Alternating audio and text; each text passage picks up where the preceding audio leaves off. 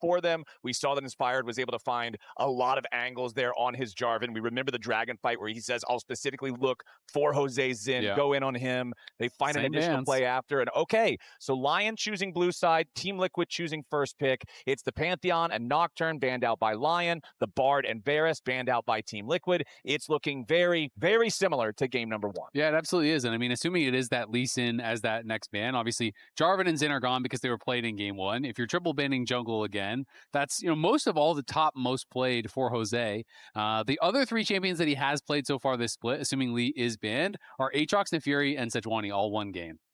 Yeah, I mean, it's hard to fully blind those picks early, especially the Neferi. Maybe you can do it with the Sejuani he has. Plus melees or but something. I don't think he personally really wants to do that. I think his forte is just the Thunder Sky champions. But they didn't ban Lee Sin, so. Yeah. Lee's still open. I also always worry about early picking Sejuani when Trundle's also still available in the draft. If the enemy team's willing to just slam the Trundle, it's very difficult to play the Sejuani game you want to play. But it looks like first pick of the whole draft will be the Rumble for Morgan. And remember that LYON is playing Castle in this one instead of Dokla. And I always feel like if you go Lee Sin in a situation like this, Poppy is really hard to play into. Like, Poppy jungle is such a strong answer. We know Inspired is very comfortable on a bunch of different champions. So, TL kind of have to make the choice. Like, is it important for us to get a Lee Sin or a jungle pick in the first 3? Knowing that it could get countered. I think though, 2-3, something like any Lee Sin, or I'm not sure how much they're committing to the Nivea. Maybe it's just a hover for Jose. Let's see here. We'll let the clock run down. Plenty of powerful Caitlyn, options Neeko, still available here. Okay, Caitlyn picked up. I mean, they're just looking for lane dominant picks, like Rumble, super strong pick. Caitlyn, Neeko, it's good into Lucian they showed, and most commonly Lucian's paired with Milio now instead of Nami. So they're just looking for strong lanes, and I'm sure they're going to try to combo Quid and Jose later on in draft in 4-5. One thing I really do like with Milio versus Neeko, though, even if Neeko goes in, lands a big Pop Blossom with a multi-person root, it's like, okay, well, Milio's there. He's got breath of life. You got to catch the Milio, too. He's got to get caught. Otherwise, it's a big problem. And you can sometimes be rocket belting forward. You were going in with your Pop Blossom, and you just get queued out. You queued and kicked in, then you look like a fool. Yeah, exactly. Not and a good time. Neeko doesn't really have anywhere else to go after that, so it could definitely be tough. Wukong going to get banned out, so not targeting the Lee Sin just yet, but still more jungle bans getting thrown at Jose, and clearly LYON feel like he is the main threat. Control Jose in the draft, and maybe that will be successful for them. Of course, there are some good answers into the Ryze up and available, like the Cassio, like the Anivia. But I don't think Quid as a player to be super famous, I guess you could say. Famous for his Cassio as Anivia compared to like Quad would be, Quad's Cassio. So I don't even know if Quid's going to go that route. He might even go the Yone. He's shown the Yone into Ryze, and then they already have the AP from the Rumble. So that's what I would imagine Teal's looking at right now, and just finding something. So it could be like Sejuani Yone on 4-5 for Team Liquid if they don't end up target banning it here. So if you're LYON, would you rather them ban the Lee Sin or ban out the Quid Yone?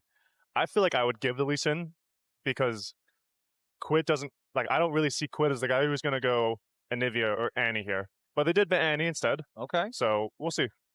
Annie out of the picture alongside that Wukong. So 2 mid laners, 3 junglers banned out by LYON. Very specifically focusing a couple of things here in the draft. Over on the other side, though, the bans covering a little bit of everything. We almost have a full team composition in the Team Liquid bans in this game number 2. Will the last one also be a top laner? Do they want to also ban out something like the Cassante, another one of those traditional tanks that is often picked into Rumble? No, going to go with Ambessa instead. So Ambessa going to get banned out. So it will be interesting to see where they go. I mean, Castle obviously is more known for his laning phase, so I think they're getting a little bit of a nod to that. Does have a strong Ambessa. Yeah, I mean, the Ambessa Rumble matchup is, as far as I understand, from Thanatos' perspective, it's a little bit losing early, but then as you scale as Ambessa, it goes better and better and better as the game goes on. Get your Eclipse and your double shield. Once you have Eclipse, every matchup I feel like is good for Ambessa. It gets tough for sure. Vi going to be the pick here. So now we're going to find out, what Quid is actually looking towards, if it is kind of what you're predicting, more of these aggressive picks, or if it is something a bit more standard. Obviously, the standard meta picks are more the Cassio, the Anivia. Do you feel those matchups have changed much with the removal of Phase Rush? I think the Ryze Cassio one has changed a little bit because Phase Rush is gone, and now there's Deathfire Touch, which Cassio currently loves. So it's a little bit buff for Cassio, but we still got the Yone. It's Quid's Yone. I think this is the champ I think of when I think of him. It's that and Silas. So to me, it's no surprise he does this. I'm curious what he pairs with it, though.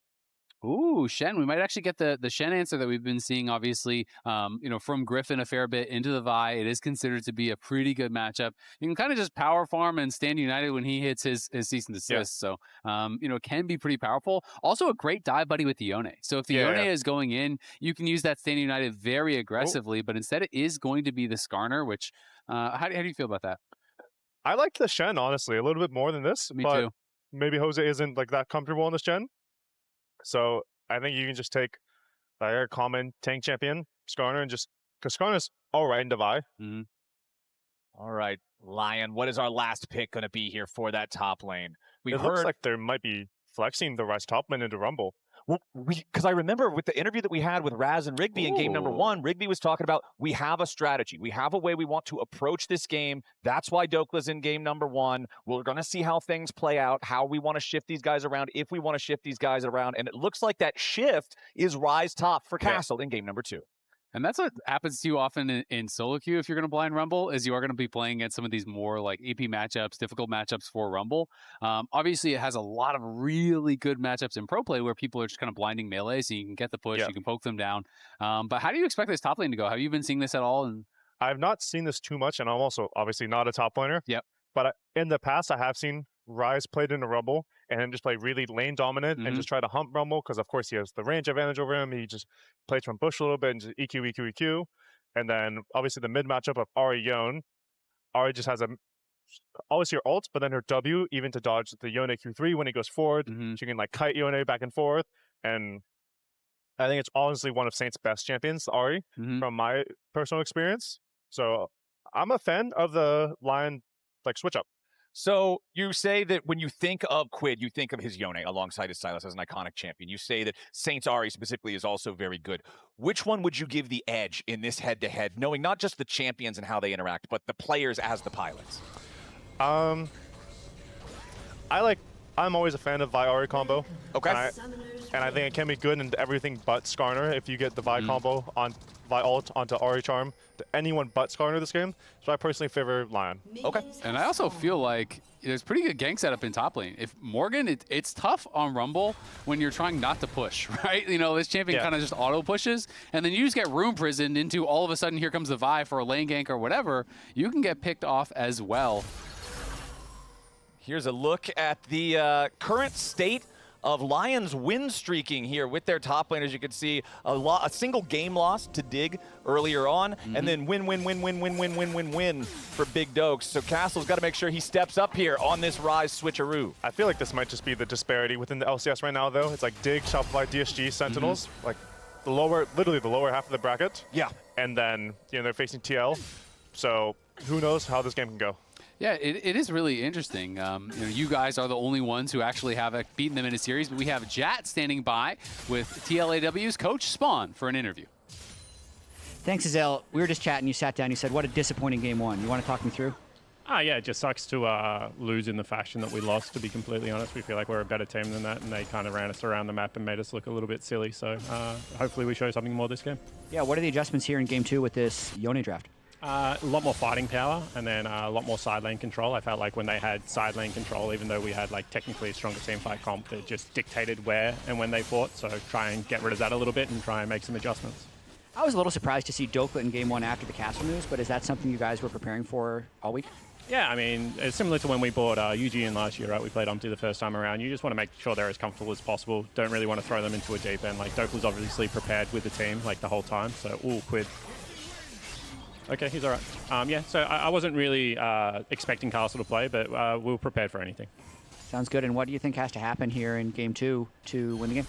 I think we just need to keep the gold within touching distance this time around, and then I think that make sure that we set up on the Caitlyn side of the map so she doesn't get caught out, especially when she has no flash, and then should be okay.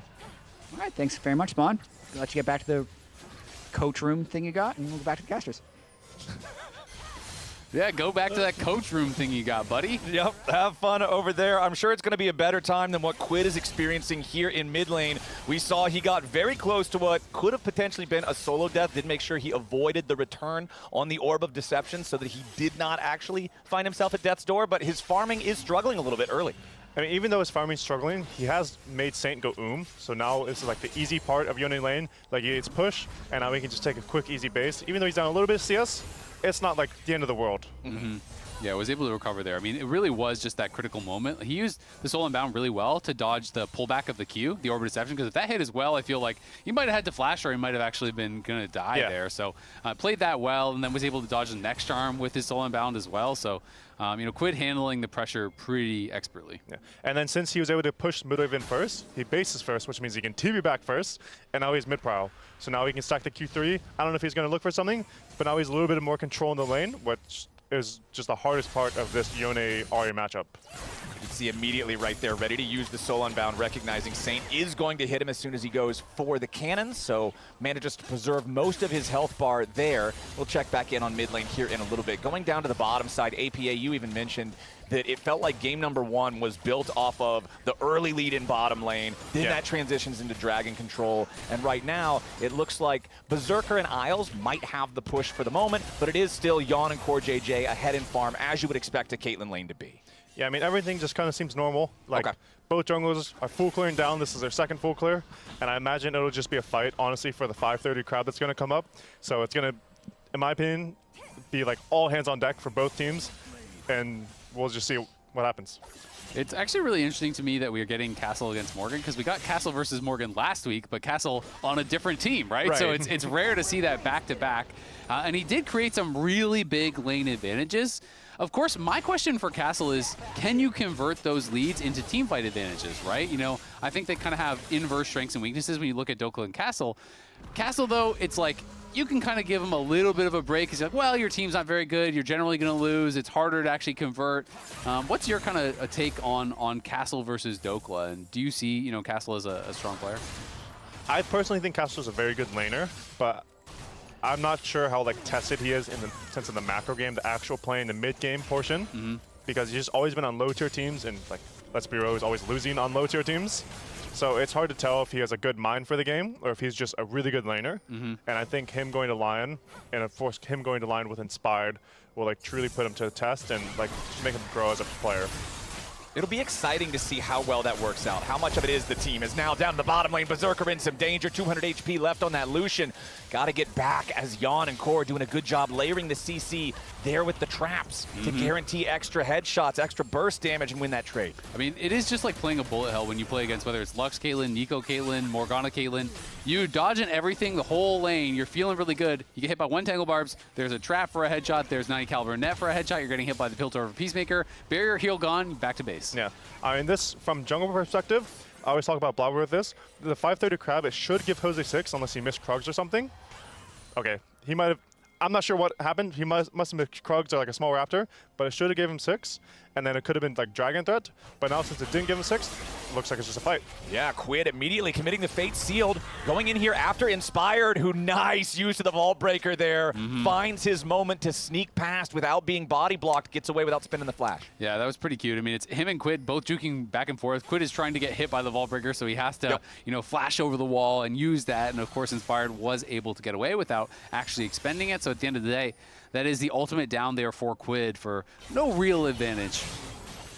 Yeah, I mean, just both junglers back to full clearing. He did get the crowd, didn't give him 6. I'm not sure why, but looks like both junglers are just going to full clear down again, and then it's just going to be more of clear the bot and the bot hump. What do you see as the team that has like the better scaling or the better team fight? Like, which comp would you rather be playing if you could just sub in right now? Well, I think right now, bot lane gap is probably the biggest gap, so I'd rather be on the TL side. I'm not sure how good my Yone would be, but but right now it does look, you know, 20 CS lead, and they have what, 2 to 3 plates? Yeah, 2 plates already. So that just feels nice as a mid laner when you're slowly losing in a matchup like this. Saint doing a good job interrupting potential recall there from Quid. Not going to allow him to take that one. Saint still maintaining about that one wave CS advantage that he built for himself very, very early on in the lane. So Quid hasn't fallen any further behind in that regard. As Josedeodo is going to come down here, see Inspired looking to take this first Drake. He saw him smite. Drake. Yeah. So Inspired's just going to have to jump back over the wall. Jose also has the 1 level advantage here.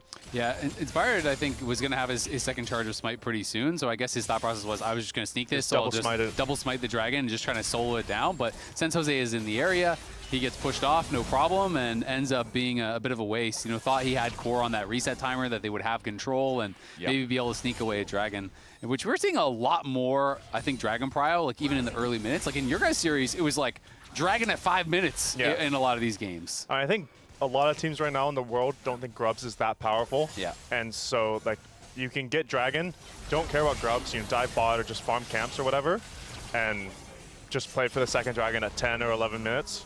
So that's currently what I think it's like. It's also, Vi is not the strongest early game champ to, like, make a skirmish, so maybe that's what Inspired's thinking.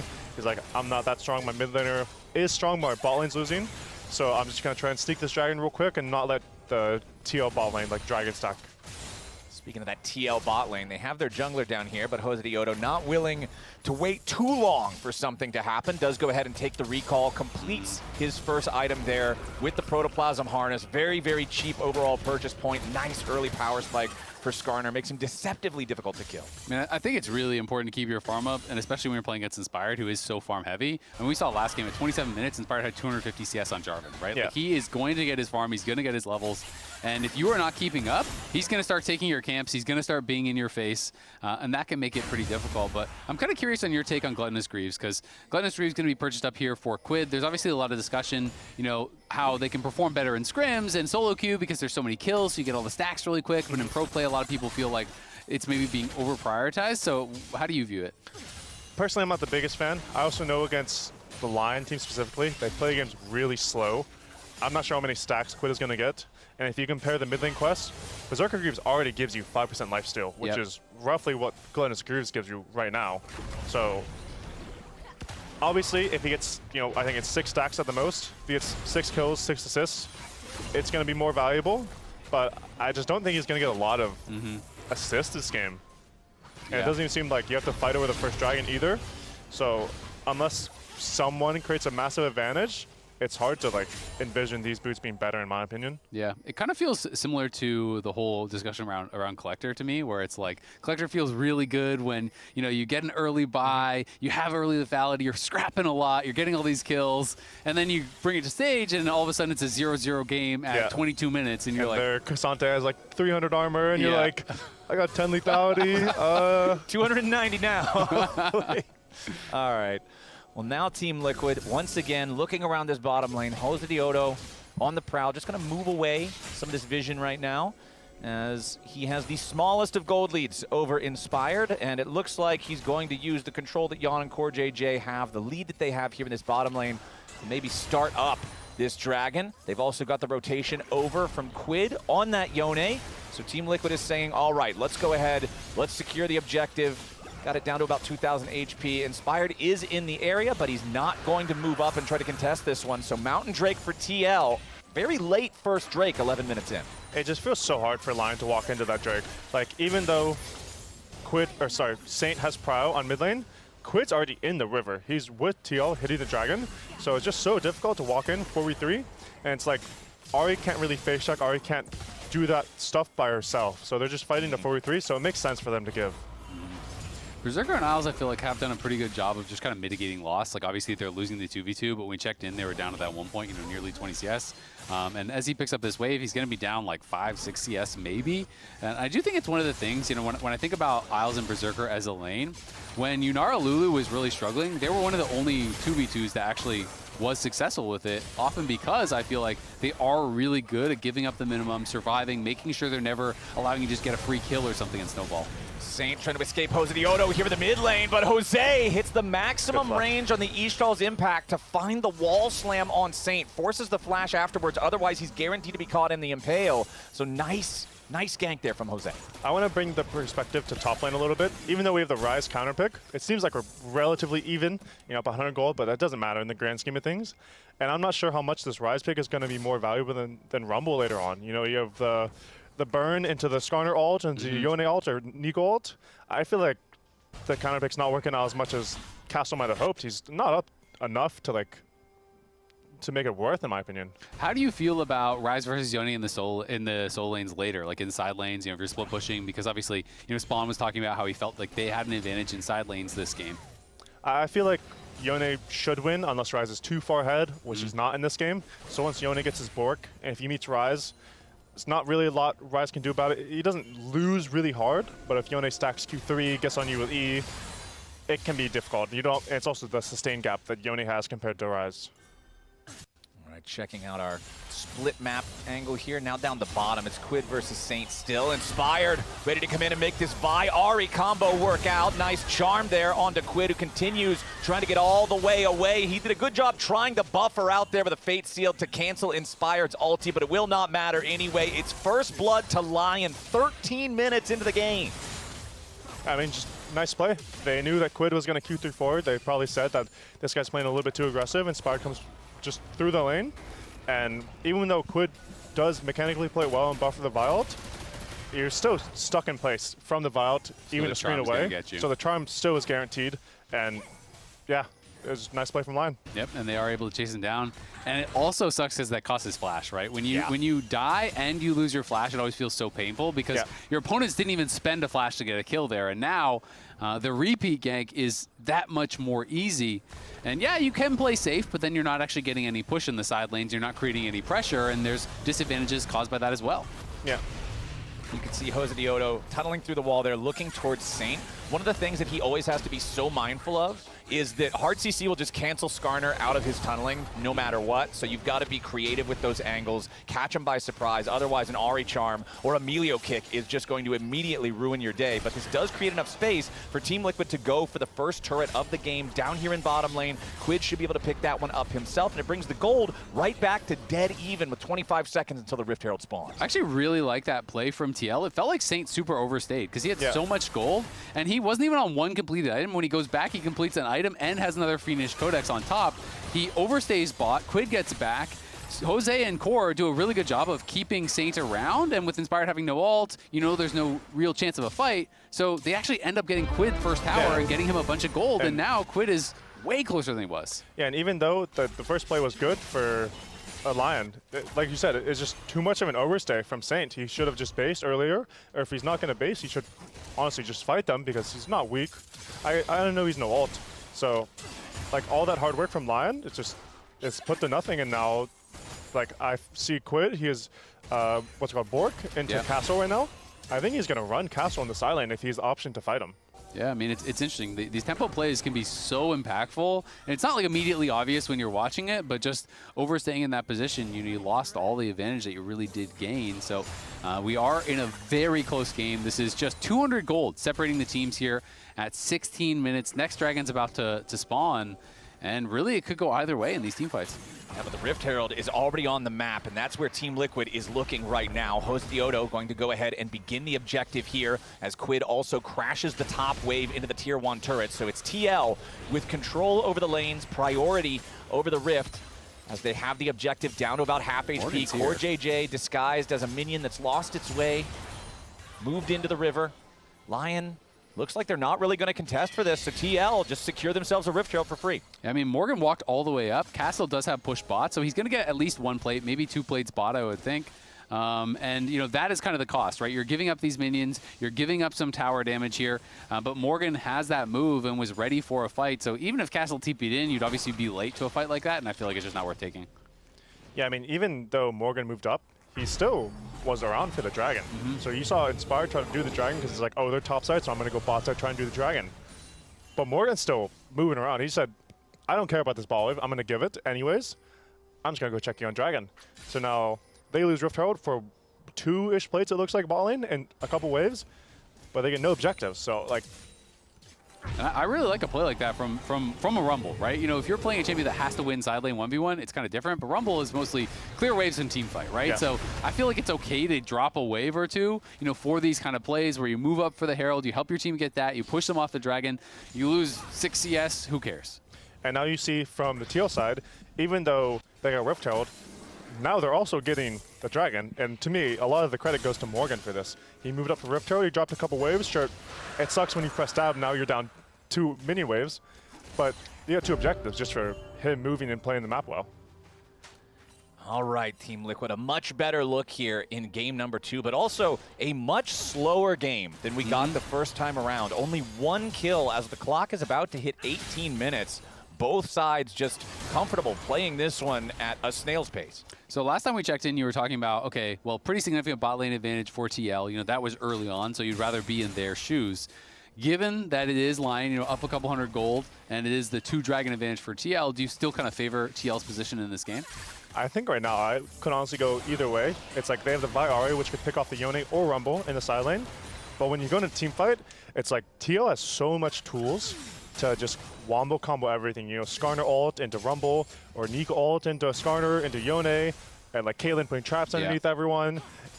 It feels like the team fights can be a bit difficult for LYON, but they have so much pick play with the Ahri combination, and even Lucian can just make specific gaps when he sees like someone a bit too far out. And like you see a pick play coming from Inspired here. Yeah, he's really waiting on this one though. Wants to go in after Quid, and there it is. Fate sealed again, trying to buffer through the ulti. Inspired heading back now as Josedeodo shows up to make it a fair fight. Inspired's going to be focused down, but Quid is also very low, tries to snap back to his position. But good move from Saint, reading that that's where he needs to go. It's a 1-for-1 here at the start as TL wants to commit a teleport. Morgan arrives, but the fight has already faded. Even trade. That feels really good though for LYON at the end of the day, because again, they spent no flashes. It is a 1-for-1, but Saint gets the kill. Quid loses his flash, and you were getting a push on bot lane. You got the TP off Morgan, so I feel like, you know, they do trade up from this spot here. You know, mechanically well played again from Quid, but still the play does work out. Like this is a bit dangerous from Saint. He's no ultimate. Yeah, he's really playing with fire here, and the fire comes down from the sky. The equalizer right where it needs to be. Josedeodo plenty tanky enough to slam him into the wall there and guarantee they get the kill. I feel like Saint is just trying to flip it too hard there. Like I know they have the Ryze TP, but Ryze really doesn't want to TP yet. He's on so much gold. Like just accept that you made a play, it went 50-50 because honestly he missed a charm off Vialt. I know Yone ulted it, but still it's guaranteed like we said last time. So just accept, like, I think this is like the same mistake he made last time when TL got the bot lane turret. He's just overstaying a little bit too much. Yeah, no, I agree. I mean, especially because Castle was almost basing anyway, so it's like you can just swap out. Castle can TP in and cover that tower. It's not like the tower was going to die and he needed to defend it. So a little bit of a punish there onto Castle, or rather onto Saint, and Castle, you know, is just steadily farming away. You know, took down that bot tier 1, takes a plate topside, is up to about 500 gold lead, and the Roa is stacking. He has the Archangels fully stacked, so is going to be pretty strong at this point in the game if he can actually get in on these team fights. But as you talked about, there's so much CC, so much wombo combo. If you do get hit by 1 CC from TL, it feels like everything else is going to be guaranteed, and you're probably cooked. I mean, right now I'm just looking at the Ryze. Of course, level 16, one of his biggest power specs in the game.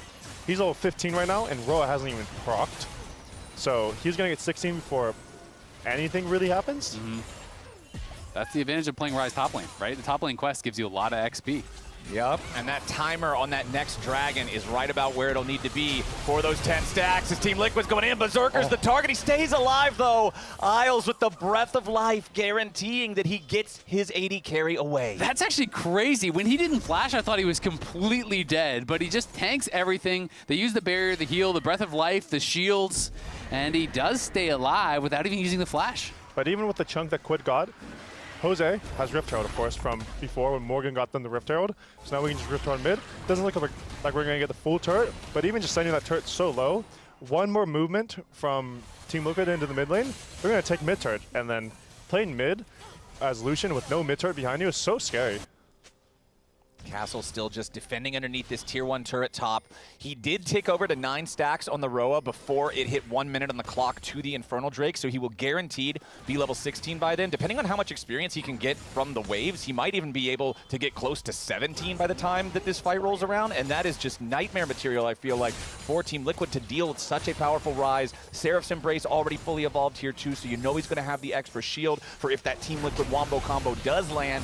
Less than 30 seconds now until the Infernal Drake spawns, and TL is already doing the setup work. You can see the 3 Caitlyn traps on the ramp entry into the river. They want to make sure this is difficult for LYON to approach. And no one is entering Quid right now, so Quid is just going to be pushing out bot. Saint has already moved mid to just try to group up with the team. Inspired is still clearing camps on top side, so I don't know if they're even going to try to contest. It feels hard for LYON to break in. Like, Inspired's farming what looks like blue right now and going to Wolves. Dragon Spawn, it seems like they're just going to give, and I guess it's fine, but you're giving third Drake when you're not necessarily outscaling. Yeah, it's really scary. I mean, I always feel like when you give Soul Point without fighting, you're basically giving yourself one mistake for the rest of the game, right? You know, you get picked off before Dragon, you misexecute a team fight, you're cooked. Berserker trying to get away now, but the damage arrives from TL without any protection nearby for Berserker on that one. A pretty critical pick there, as now the enemy AD carry is dead for the next 30 seconds. TL has already cleared that Dragon off the map. They're on Soul Point like you're talking about, and they want to get even more. I thought they would have started Baron there for sure, but just want to play it conservative, play for the mid-tier 1. I mean, I guess they're just probably talking, like, Dragons are win con. Yes, we did kill Lucian, but we don't need to push the game forward. We don't need to flip a Baron Smite fight between Inspired and Jose. So LYON now trying to get something back in the top lane, as Castle level 17 on that Ryze does knock down the tier 1 turret. Second turret of the game claimed for LYON, as Josedeodo makes his way into the top lane, trying to find the angle here, but again, the Rune Prison stops that Ishtal's impact. This is how you deal with Skarner running at you. It's very easy to stop him. Flash still forced, though, as Castle has to use the Summoner spell to evade the Impale. Yeah, so Jose put some pressure on there. Spam chat to vote. Who is more likely to win the Kia MVP? Is it Jose or Inspired? Whoa, what do you think? What do you think? Where'd Vulcan's name go in this? Because these two are playing each other. Okay, that's so fair. we're just talking about this game. Well, I think Vulcan and Thanatos both have a shot. Ooh, immediately though, LYON's going in for the dive, and there's your wombo combo. Once again, it's Inspired and Saint working together. The Vi Ahri, like you talked about, APA, just that incredibly effective combo. This time around, it's finally not the Yone that's the victim of that play. Instead, it is Yeon's first death of the game on his Caitlyn. Yeah, I mean, they put 3 people topside. They put Morgan, Jose, and Quid to try and break that top turret, get Castle's flash. But then, of course, when you put people topside and overnumber, who's alone? Your ADC. And then Vi Ahri in the bot jungle, they obviously find Yeon, and just looks like a good play from them. This is the live chat vote, so people still pretty heavily on the Jose side. He is a very popular player, so obviously a lot of fans there backing Jose. What's your take? Obviously, if you can't vote for C9 because you're on C9. Yeah, I'm biased, so of course. Well, but that's also how just the voting works. You can't vote for your own team in the awards, right? So who would you be favoring so far? I personally think Jose has had a better split than Inspired. I think my personal read is, yes, Inspired is a good player, but he doesn't really turn it on in the regular season. He turns it on in playoffs, as everyone saw last split. They were like 5th place, and then of course they won. So I don't think Inspired's playing bad, but he hasn't been inspired. He's not fully locked in. He hasn't been inspiring you. Yeah, he's not inspiring me for MVP. Yeah. Fair enough. He's got about 1/3 of the vote here compared to Josedeodo's 2/3 in our chat poll thus far. LYON still at about a 1,500 gold lead, but time is ticking. Azael, you already said it earlier. It feels like when you give Soul Point without a fight, you are allowing yourself one more big mistake for the rest of the game, because at any point, if they win the Dragon fight from here on out, they claim the Infernal Soul. It's less than 2 minutes now, so the pressure is on for LYON. And we saw last time, TL was first to the bottom side river. They set up the Caitlyn traps, and it felt impossible for LYON to approach. Yeah, it is going to be really hard. So I think it's important for LYON to get there early this time and have their vision and try to contest the entrance. Yeah, I mean, I think like a straight eye contact fight against Caitlyn and Neeko and all of these like wombo combo champs in the zone might be hard. So I'm looking at Saint and Inspired to see if they can find some way to push in through a side lane, push in through like an angle on mid, and then make a funny angle where someone's split. And I'm looking at the fact that Death Cap just got completed, GA just got completed, Actualizer is done. LYON is hitting all these big power spikes. Yeah, Jose's on 3 items too, but he's on, you know, the garage sale build. It's a support item. So I do think LYON have basically staked their game on this one fight. They have gotten as strong as they possibly can. And Inspired is doing Inspired things, you know, power farming, and is on that 3-item GA spike here for this Soul fight. Well, Jose is definitely keeping it closer in farm in this one compared to game number 1, where there was about that 50 gap around this point in that first one. This time around, it's still only a few camps for Inspired over his opponent. But yeah, the quality of item difference between the two is very noticeable, with that Guardian Angel, of course, being the biggest one. Both AD carries also on 3 fully completed items. You've got the LDR for Berserker's Lucian. You've got the Rapid Fire for Yeon's Caitlyn, which is going to give them even more poke potential if they can set up around this objective first. I just want to look at Saint right now. He's trying to create so much zone and just play from a side angle. He's obviously playing with Inspired. And then we have the Lucian Milio, who's so strong going from the front. So if you go and mark Saint, you're giving up your Caitlyn strength a little bit. And now Team Liquid doesn't really have a zone, so they're going to have to walk in blind to what it seems like Vi Ahri. Yeah, Inspired waiting off to the side here, looking for the chance to find a high-value target. Yeon would have to be the highest, I would think. Quid and Morgan also good targets here as Josedeodo gets hit with a Rune Prison. Charm's not quite there in time for the follow-up CC, so Jose is going to walk forward. Flash, E-Stall's impact straight into the wall, Impale right after. Saint is dead before the fight even starts. Yeon is low, but Inspired cannot kill him. Berserker's got to deal with Morgan off on the left side of the fight. Lion has lost the Guardian Angel on their jungler. They've lost their mid laner already. TL standing strong as Inspired falls. Castle goes over, tries to find the damage onto Yeon, but no, he's not going to get it. Lion fall apart, and Team Liquid washes him straight out of mid lane. I mean, that should be Infernal Soul, that should be Baron, and honestly, that was so insanely well played by Jose. He flashes on Skarner, and I personally didn't see the angle. I thought he was kind of trolling a little bit, but watch, he connects Saint into the wall, into the R, and it's just all the follow-up CC that we're talking about. Neeko ult, the Rumble ult that's coming across, the Caitlyn traps on the body. Like, there's so much for them to dodge when they're hit by one thing. Yeah, I mean, that was really well played by Jose. You know, he's kind of just stepping back and forth there. Oh my god. Actually pretty big reaction there from Inspired. Obviously frustrated about how that went. I mean, as soon as Saint is killed off, they almost killed Yeon on the dive, right? If Saint isn't dead, that's an easy he's kill. For sure dead. And Berserker got so much damage out in that fight. So, you know, if like you're talking about, if Saint actually survives, if that CC chain is not perfectly layered, then that fight probably goes horrible for TL. But that is the game decider, and that is the risk you take when you give up that third dragon. Oh, hold on now. Yeah, might have another fight already as Josedeodo has to back away. Lion entering into the TL jungle, but Jose's ready to try to turn it around. Goes for the Impale, not going to find anything. Josedeodo killed at the very start of the fight, but now a counter kill immediately for TL as Castle falls. Lion trying to fight further. Yeon has died. Saint with a kill on that one, but a double kill for Quid's Yone.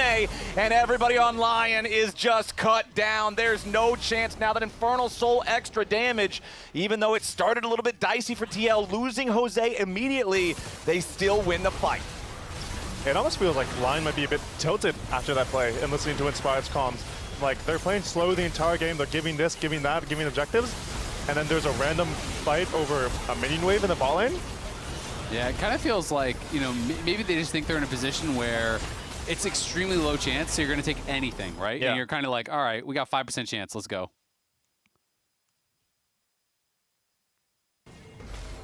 Great comms from Inspired there. Yeah, it's hard to find the moment where you really feel like you've got the best shot, when you've given up the Infernal Soul, when you've given up the Baron, when it just feels like Team Liquid owns everything on the map, and right now they do. 6,000 gold lead, Infernal Soul in pocket. You can look at the scoreboard and see a greater than 1,000 gold individual advantage in every single role except for jungle. And remember that Josedeodo still has the same number of fully completed items as Inspired because he's buying cheaper stuff. So if there's anybody that's going to not have the biggest gold lead, I'm totally fine with it being support items. Yeah, and I mean, you're a Skarner, right? Like, you use your CC. He did his job in the previous fight, the Drake fight. He got the E on top of Saint, which I think is a miracle play by Jose. It seemed a little bit difficult with them walking in. Yeah, I mean, we've seen a few of those. Obviously, like Hambach had the pick against you guys as well, where, you know, it can turn a game completely. You're laughing about it. Good reminder. Hey, you guys still won the series. It's okay. I can remind it. It's still good manner. It is, exactly. It's not bad manner, you know? All right, Team Liquid is going to take the Tier 2 turret here in the top lane. 6-3 in the turret count, as Lion tries to get one back down here in bottom lane, but Saint not going to have enough time alone with that structure to guarantee it. Yeah, I mean, you saw the entire game before the Soul fight. It was like line up maybe 1K roughly between the Mirage players. But now it's just after the fight, snap, and then boom, 6K goal lead for Team Liquid. They got everything they want. I feel like Lion has to make some magic happen now for them to pull this one back. I completely agree. I mean, when you look at how strong the carries are, when Caitlyn gets to this point in the game, one headshot is half your thousands HP. of damage at this point. Yeah, and I always feel like when Yone reaches this point in the game, Yone can miss every ability and just auto-attack you to death. Auto, yep. Exactly. It's like, you look at your death recap, it's auto-attacks and a W. Everything else missed, and you still are he's dead. so tanky because he has Immortal Shield Bow. He does have the Gluttonous Greaves upgraded, which gives him more shield power. And now, Lion's going to full send to go after him, though. They can't kill the Yone in time, and the counter-attack arrives from Team Liquid. Now, finally, the kill goes through. Quid is down. Lion has found a second kill, and honestly, this fight might be a little bit of what they're looking for, but Yeon is still alive. He's still fighting. He's still firing. He's already got himself a double kill, and TL bites back. Yeah, TL able to fight back through that. No way! Oh, I thought for sure. Where's the collector when you need it? Yeah, I thought for sure that was going to be it. Jose's going to find him, though. There's no way you're getting out of this. And TL do end up winning the fight at the end of the day. I mean, I think LYON are just taking any angle that they can look for, and I think it wasn't a bad angle by any means, but Berserker just gets so low from all of this random damage that's coming in. He had to dash back over the wall, and as soon as he's pushed out, well, you don't really have any consistent damage left. Yeah, I mean, it's like they're just looking for the magic, and it looked like potentially right there that Quid might have been inting, but he has so much shield power, he has Wit's End now, he has his W, he has so much mobility. It's just like they're down too much in my opinion. Yeah, Team Liquid's going to take this opportunity to grab themselves a mid lane inhibitor, crash the waves in top and bot lane into the tier 3 turrets as well. It was only Isles standing. Inspired has respawned back onto the map now as Morgan goes for his full retreat. Isles isn't going to be there in time to really stop anything from TL. About 60 seconds left on the clock until we get Baron, and only 15 seconds after that, Elder Dragon spawns. So I think we're about to have a pretty explosive sequence. If at first you don't succeed, flip again, because if Elder, Elder is your last hope. If the soul doesn't work, that's all you can really do, and that's really all you got, right? You're hoping you get the Elder because that's a great equalizer. Yeah, I mean, if I was on the Team Liquid side here, I would say don't flip Elder. I think this is the really only way we can lose is if Inspired somehow smite steals, and then, they do have enough damage. They're not weak. Like Saint's 4 items, Berserker's almost 4 items, so they're not weak. But that would just be what I'm doing on Team Liquid right now. I would just say, don't for Baron, push waves in, and then just get control and make them come into us. Yeah, makes a lot of sense. And you touched on it, Gluttonous Greaves fully stacked.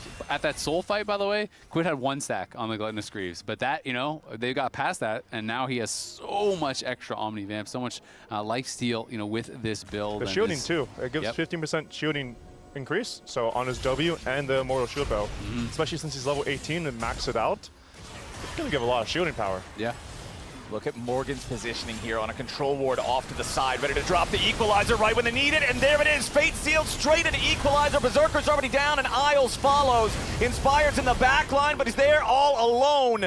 Team Liquid finds 3 kills easy. This third one, it's gonna take an extra second from the Guardian Angel, but that's all it'll buy Inspired, as Castle and Saint gotta try to get away here, but Josedeodo and the rest of Team Liquid are in hot pursuit. It is a 4v2 for the next 30 seconds, and TL's going to back away. Yeah, just going to go for Elder. Try to just guarantee it, I guess. I thought they would have just tried to finish. I mean, Castle was incredibly low. They have the supers coming in. They know Saints know Ariel, too. Yeah. They should know Castle's no flash from the previous fight that they happened. I mean, I get it. It's a tense game. It's like 2 of the best teams in the league. Yeah. But I feel like they could have ended there. They have a 4-item Caitlyn. They have a Yone who's alive, who's 4 items. He's going to shred the base. But I guess they're just going to do Elder, maybe go Baron, and then try and end with all the buffs. Yeah, exactly. You get Elder, that guarantees Baron, and then you kind of walk down, and that, I guess, they think is the 100% play. So, again, playing a little bit more kind of conservative. It was interesting. We had the comms from Inspired on the other side when they were up like 11K, and Doga was like, we can just fight them and kill them. And he's like, no, shut up. We're going to play, we're going to play smart, and it feels like TL is kind of taking that route as well. Team Liquid is going to commit to the game-ending play after this Baron, though, because you can see... You really need to carry the game, bro. When we force Yone flash ult, you need to make plans how we're gonna get advantage. You can't just on Rift timing TP top, and then we don't contest Rift, we don't see anything. We have to make a play around this Yone. So if you think he's gonna contest wave, I need to stay top. Wait, shut up. Okay, definitely some contention there amongst the comms in LYON, but what I was going to say is, look at the inventory of Yeon. When he went back and shopped after they got the Elder, he sold his Doran's Blade and bought Seeker's Arm Guard. So he's ready for anything they might try to send at him with the Vi Ahri to make sure the next fight is the last fight in the game. I'm actually a fan of this kind of thing as a late game buy. If you have 1,600 gold, there's nothing better that you can buy as an AD carry in this point of the game. How can you possibly lose? Well, you get one shot by Vi Ahri. Well, Vi flash, press alt, you press stasis, okay, GG. Yeah, you have a useless item, but it's a one-fight game. Yeah, and there's no defensive item in the game that's going to save him from the Vi Ahri combo right now, honestly, except Seeker's Arm Guard. Yep. So I think it's a smart buy from Yeon. Yeah, I'm a big fan of it. But it does signal to me that Team Liquid is done messing around. They've got everything they could possibly have on the map, both super buffs. They've got the Dragon Soul pushing towards the enemy Nexus turrets now. Quid coming up to join the rest of the team as the equalizer is dropped first and foremost. CoreJJ goes in to try to find a catch onto Saint with the Fate Sealed, immediately following up onto Berserker, and both the carries are already down. Team Liquid kills 2 for free. Ace in the hole is going to guarantee the execution on Isles as well. Inspired and Castle just sitting in the fountain. Team Liquid 21-8. They're going to take us to game 3. They absolutely are, and LYON in the comms seeming a little bit frustrated. You know, it seemed like they were reviewing that game in the middle of the game, which, you know, that seems quite special, honestly.